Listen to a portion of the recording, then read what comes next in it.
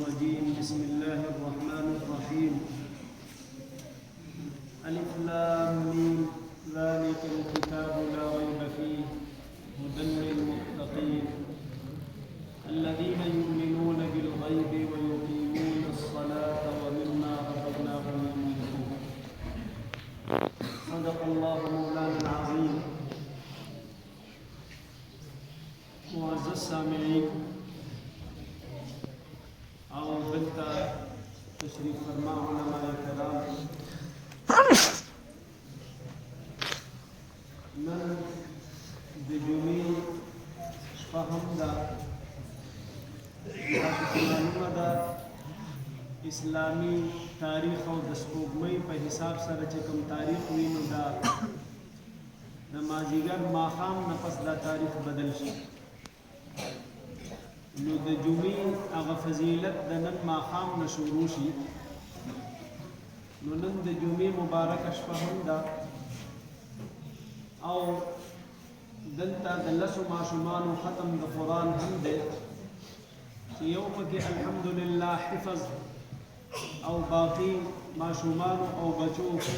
د ناظرې ختمونه دي. زما رونو الحمدلله تاسو وینئ دا څومره ډېر ماشومان ناست دي، دی راځي او د مسجد کې سبق وایي. قاری صاحب دی مولانا نعمان اعجاز صاحب او مولانا عزیر نصیر صاحب او د دوی دا ملګري دی دلته هغې سره محنت کوي. دا ستاسو بچي راځي او دوی ورسره محنت کوي، نو هغې ته الله تبارک و تعالی د هغه محنت ثمره نن دا ده چې لسو بچو هغې ختم د قرآن. یو زمیندار وي هغه خپل پټي سره خواري کوي او محنت کوي. یو باغ والا وي هغه باغ کې میوه کرلي وي، مالټه وي، ام وي، بل څه وي بل څه وي، چې کله د هغه میوې موسم راشي دا باغبان او دا زمیندار ډېر خوشحالیږي چې زما پټی او زما ځمکه به اوس ما ته فصل راکوي. کله فصل د شپږو میاشتو وي، کله سالانه فصل وي، بعضې میوې په لږ وخت کې کېږي، بعضې سبزیانې په دوه درې میاشتو کې راځي مختلف. خو هغه آخري نتیجه چې راځي نو په هغه ورځو کې زمیندار او هغه باغبان ډېر زیات خوشحاله ځکه د چې دا څومره وخت خواري کړي، محنت یې کړی، کله سالانه محنت وي، کله ششماهي د شپږو میاشتو،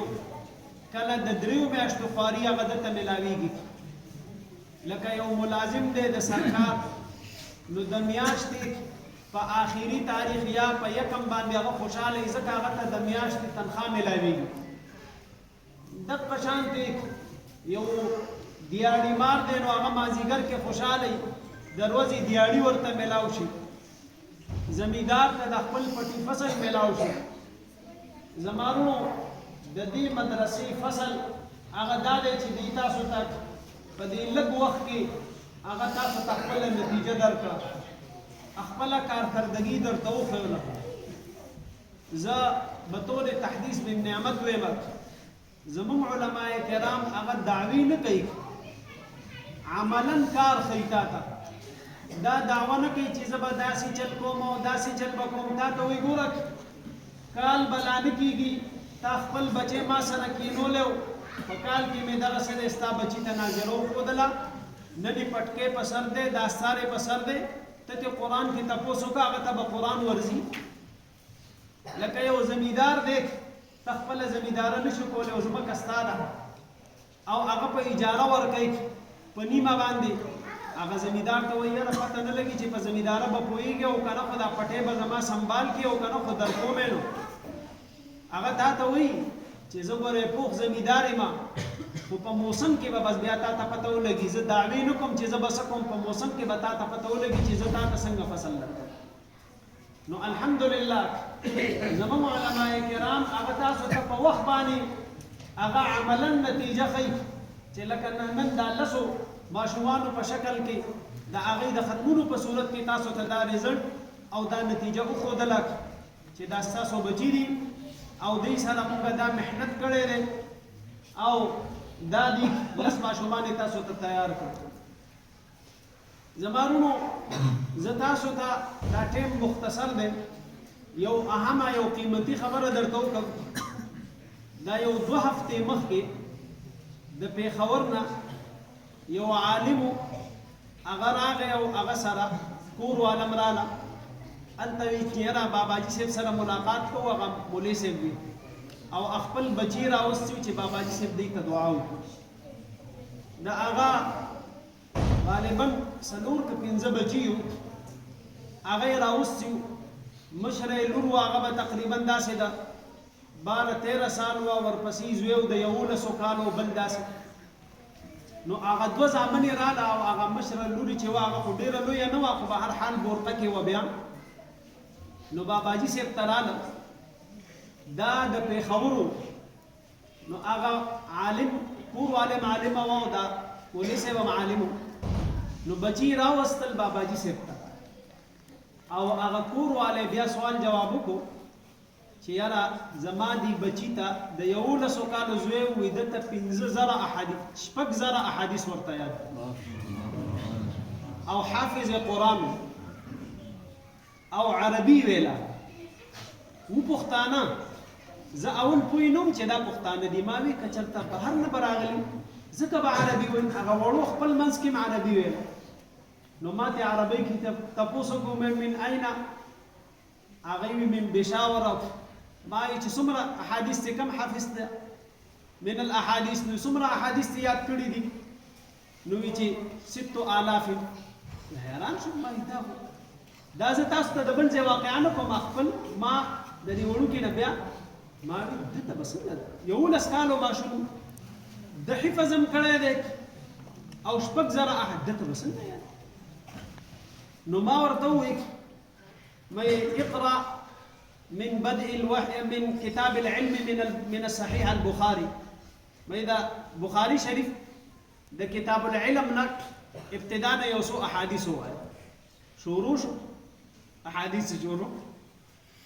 بیا مې ورته وویل کتاب الایمان نه ووایه. بیا زما کې سرور دی منصور الله مولوي هغه ته تپوسونه وکړه د دې ځای نه ووایه د دې ځای نه. یاره بلا شی احادیث چې مونږ په 15 منټه کې کنه لږ ټیم. زه حیران شوم. هغه ته د 5,000 نه تر 6,000 پورې دا احادیث یاد وو. بیا ته په قرآن کې مونږ تپوس وکړو. منصور الله مولوي صاحب ته حافظ هم دی نو قرآن کې ته هغه یو ځای تپوس وکړو. اوس خو زما هغه ځای هیر دی خو ډېر مشکل تپوس یې ته وکړو. نو هغه وړوکي تلاوت وکړو او هغه پسې 2 کاله کشر رور یو. نو وی چې دی اوس حفظ کوي او دته څومره زر دي که څومره احادیث یاد دي هغه د ده نه کشر. هغه نه خو مونږ تپوس نه کړو نورو نه. نو مونږ حیران شو او پښتو یې نه وي عربي وي او دی پښتانه. هغوی ته ښه هغه والي صاحب بارو هغه وی چې یاره د دوی تصویر مسویر ونه باسئ. مونږ خو خیر هسې نه ویست مونږ خو دا دغه نه کوو خو هغه وی چې یاره د دوی به ویډیو نه جوړوئ. وی دا مونږ د سوشل میډیا نه لرې ساتو ځکه بیا دا د سوشل میډیا بیا یو راځي او بل راځي انټرویو اخلي یا دوی سبق نه وځي. وی موږ مدرسه کې ویلي دي دوی چې یاره دوی به د موبایل نه به دوی لري. نو ګورئ استعمارونو د تربیت پورې موږ حیران شو. د 11 کالو ماشوم بیا مو د هغه پلار نه تپوس وکړو. موږ وی یاره دا څه کمال دی 6,000 احادیث خو موږ ته نه دي یاد او دې ماشومانو ته څنګه 6,000 احادیث یاد دي؟ نو والي صاحب یې وویل وی دا د والدې کمال دی. مور عالمه ده او وی هلته موږ سره مدرسه ده. د هغې شرط دا دی چې 3-3.5 سال ماشوم هلته داخل شي پېښور کې هغې سره خوا کې مدرسه ده. وی هلته ماشوم داخل شي هغې ټول ترتیب په عربۍ کې خبرې او هغې ته ابتداء 100 احادیث داسې رو احادیث ورته یادوي حفظ ورته کوي او خپل څه لیکل ورته کوي. نو دا خبره مې تاسو ته دې پورې وکړه دا واقعه چې دا خو یو خو چېرته سړی د بل چا نه خلک وایي که نه په هندوستان کې یو واقعه وه. دا خو ما تاسو ته چشمدید خبره بیان زه ډېر زیات حیران کړم مې دا ډېر خوش قسمته والدین دي چې داسې بچي خدای پاک ورکړي دي خو بنیادی خبره ته تربیت ته زما وروڼو تاسو دا مشران ناسې ستاسو خدمت کې دا ډېر درخواست دی چې د بچو تربیت کوو ډېر زیات د فتنو دور دی چې د بچي تربیت نه کوي او بچی دې داسې پرېښوده دا یو څو کاله مخکې 4-5 کاله به کېږي یا به لږ زیات کېږي دا روژه کې به چې ډېره ګرمي وه نو زه دلته په روژه کې یو ځل د سیند غاړې سره جومات کې ختم و رمضان کې د تراوح نو زه هغه مسجد ته رالم نو هغه ورځو کې خو هغه شپې لنډې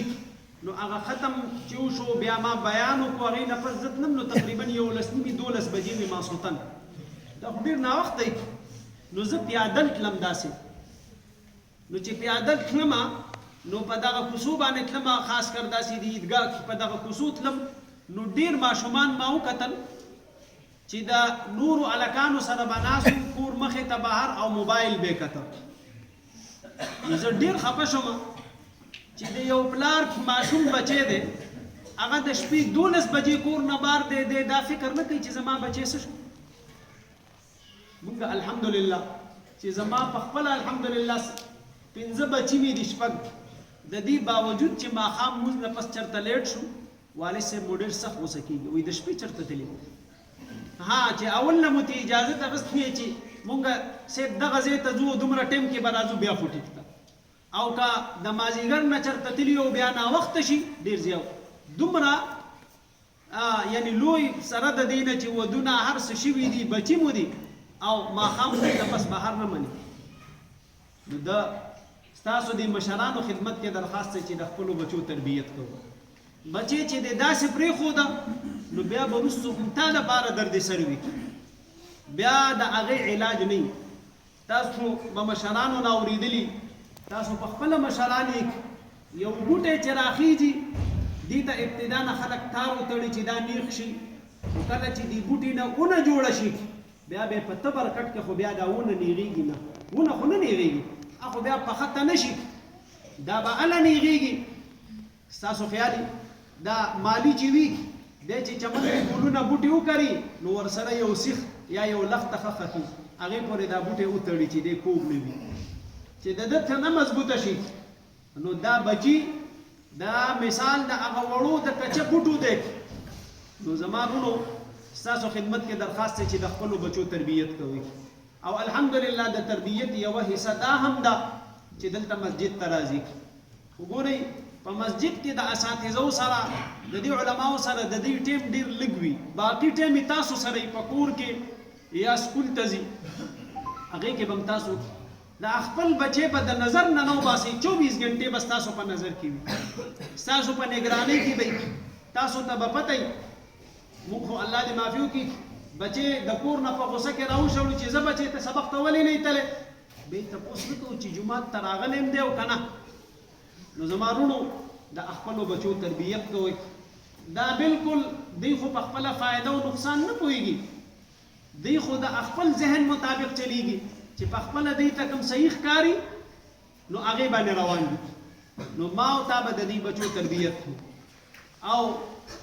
چې ما او تا د دې بچو تربیت کوو نو تربیت به څنګه کېږي د تربیت مراکز دا جومات دی دا مدرسه ده چې دوی به جومات ته رالېږي دوی به مدرسې ته راځي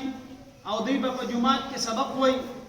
د امام صاحب سره د قاري صاحب سره د مولانا صاحب سره به کښېني د هغه نه به سبق زده کوي د هغه نه به ادب زده کوي د هغه نه به څه دیني خبرې زده کوي د مشر د کشر ادب به دې زده کوي نو بیا چې دی ځي مخکې معاشره کې دا به یو ښکلي انسانان وي بېشکه ستا دا بچو دی بیا د دنیا څه کار کوي یو صحیح مسلمان به وي فرض کې دته یو 10 منټه 20 منټه ګنټه میلاویږي د خپل قرآن تلاوت خو به کولی شي مونځ کې خو به ځان ته که چېرته د امام صاحب مونځ نه پاتې شي او ځان له مونځ کې تلاوت کوي هغه به کولی شي چېرته ضرورت شي امام صاحب نشته یا په سفر کې ضرورت شو دی به مخکې جمع ورکولی شي نو دا څومره لویه خبره ده او سبا به ما او تا نه یو او زما او ستا کم از کم تکفین او تکفین خو به زموږ کولی شي ما او تا پسې خو به دا ویلی شي چې یا الله سوره فاتحه برا پسې وایي څه خو برا پسې وایي کنه او چې موږ د دین نه بالکل خبر کړی دی زه تاسو ته ووایم موږ یو ځای ته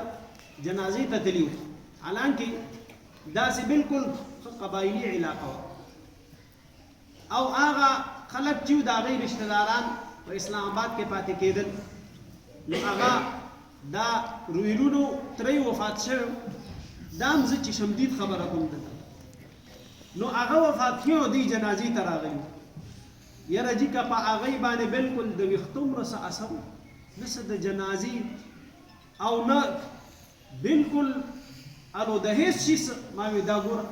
دا د دې بچو غلطي نه ده هغه خو نوجوانان دي غریبانان نه دي خبر دا د مور او پلار قصور دی دته د تره عظمت نه دی ښیلی چې دا ستا تره خو په شانته د پلار دی یا ستا مشر کشر